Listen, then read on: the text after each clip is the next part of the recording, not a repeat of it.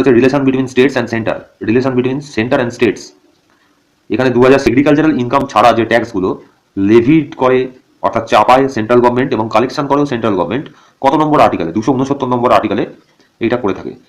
Except the agricultural income, ঠিক আছে, agricultural income ছাড়া সেন্ট্রাল গভর্নমেন্ট যে ট্যাক্সগুলো লেভিড করে অর্থাৎ কর চাপায় এবং কর কালেকশন করে, সেটা কত নম্বর আর্টিকেল, 269 নম্বর আর্টিকেল।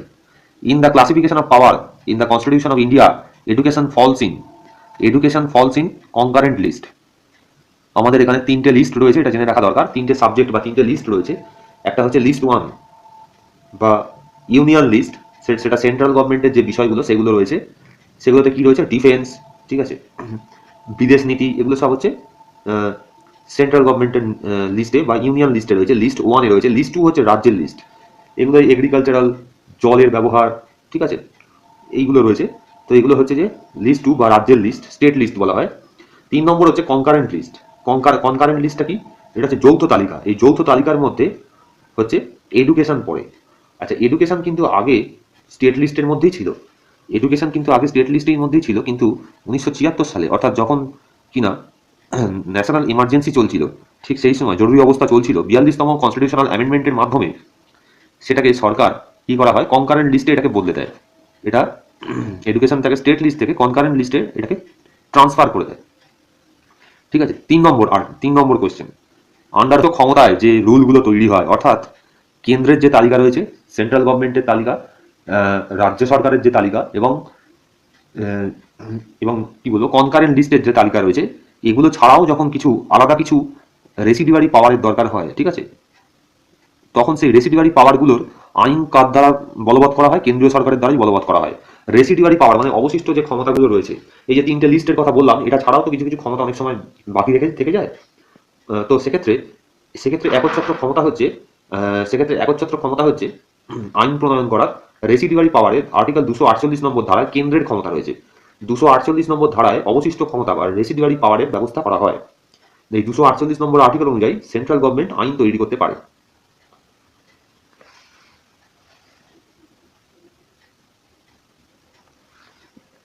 ফিনান্সিয়াল রিলেশনশিপসের জন্য সরকার প্রতি 5 বছর অন্তর অন্তর ফিনান্স কমিশন তৈরি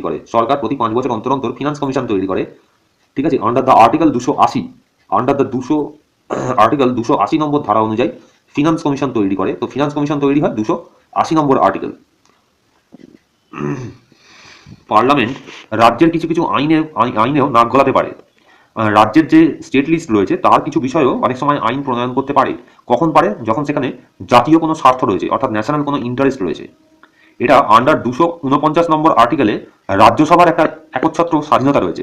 রাজ্যসভা এই আইনটাকে প্রণয়ন করতে পারে, লোকসভা কিন্তু নয়। রাজ্যসভা প্রণয়ন করতে পারে, রেজলিউশন পাস করতে পারে, necessary action,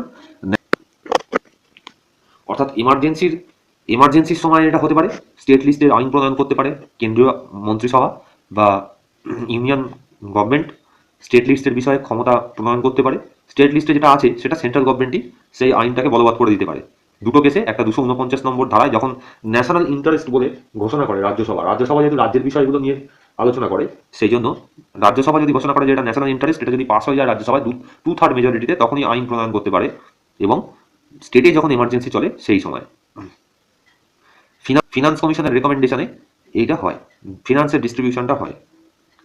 which of the following items come under the concurrent list? Concurrent লিস্টে কে কে আছে? লেবার ওয়েলফেয়ার রয়েছে কনকারেন্ট লিস্টে, ঠিক আছে। এছাড়া এগ্রিকালচার কিন্তু স্টেটের লিস্টে রয়েছে। পাবলিক হেলথ তো বোধহয় সম্ভবত এটা বলতে পারবো না। এগ্রিকালচার স্টেট লিস্টে রয়েছে, লেবার ওয়েলফেয়ার কনকারেন্ট লিস্টে রয়েছে, এডুকেশন কিন্তু কনকারেন্ট লিস্টে রয়েছে। Which constitute mechanism is adopted for the distribution of the resources between center and state? Indian finance commission এই রিসোর্সটাকে ডিস্ট্রিবিউট করে, ঠিক আছে। ফিনান্স কমিশন এই রাজ্যের এবং কেন্দ্রের মধ্যে যে সম্পদ তাকে পুনর্বণ্টিত করে, তাকে সঠিকরূপে বন্টন করে। Indian constitution allows state legislature to pass the state budget. State কি করে? স্টেট বাজেট পাস করে। লিস্টে কটা সাবজেক্ট রয়েছে? 47টা। কনকারেন্ট লিস্টে সাবজেক্ট রয়েছে 47টা। গ্র্যান্টিং এড এর যে প্রভিশন রয়েছে সেটা হচ্ছে 275 এবং 282। গ্র্যান্টিং এড এর যে প্রভিশন রয়েছে সেটা রয়েছে 275 এবং 282। Order included in the state list, law and order state লিস্টে। Indian non agricultural income tax বলছে agricultural tax levied and collected by the government of India. Tax on income other than agricultural income, ঠিক আছে। Agricultural income ছাড়া যে ট্যাক্সগুলো levied করে অর্থাৎ চাপায় central government এবং কালেকশন করেও সেন্ট্রাল গভর্নমেন্ট, কত নম্বর আর্টিকেলে 269 নম্বর আর্টিকেলে এটা করে থাকে। এক্সেপ্ট দ্য এগ্রিকালচারাল ইনকাম, ঠিক আছে, এগ্রিকালচারাল ইনকাম ছাড়া সেন্ট্রাল গভর্নমেন্ট যে ট্যাক্সগুলো লেভিড করে অর্থাৎ কর চাপায় এবং কর কালেকশন করে, সেটা কত নম্বর আর্টিকেল 269 নম্বর article. In the classification of power list রয়েছে, একটা হচ্ছে লিস্ট 1 বা ইউনিয়ন লিস্ট, সেটা সেন্ট্রাল গভর্নমেন্টের যে বিষয়গুলো সেগুলো রয়েছে, সেগুলোতে কি রয়েছে ডিফেন্স, ঠিক আছে, বিদেশ নীতি, এগুলো সব হচ্ছে সেন্ট্রাল গভর্নমেন্টের লিস্টে বা ইউনিয়ন লিস্টে রয়েছে। লিস্ট 1 এ রয়েছে। লিস্ট 2 হচ্ছে রাজ্যের লিস্ট, এগুলো এগ্রিকালচারাল, জলের ব্যবহার, ঠিক আছে, এইগুলো রয়েছে। তো এগুলো হচ্ছে যে লিস্ট 2 বা রাজ্যের লিস্ট, স্টেট লিস্ট বলা হয়। 3 নম্বর হচ্ছে কনকারেন্ট লিস্ট। কনকারেন্ট লিস্টটা কি? এটা হচ্ছে যৌথ তালিকা। এই যৌথ তালিকার মধ্যে হচ্ছে এডুকেশন পড়ে। আচ্ছা, এডুকেশন কিন্তু আগে স্টেট লিস্টের মধ্যেই ছিল। এডুকেশন কিন্তু আগে স্টেট লিস্টের মধ্যেই ছিল, কিন্তু 1976 সালে, অর্থাৎ যখন কিনা ন্যাশনাল ইমার্জেন্সি চলছিল, ঠিক সেই সময় জরুরি অবস্থা চলছিল, 42তম কনস্টিটিউশনাল অ্যামেন্ডমেন্টের মাধ্যমে সেটাকে সরকার কি করা হয়, কনকারেন্ট লিস্টে এটাকে বদলে দেয়।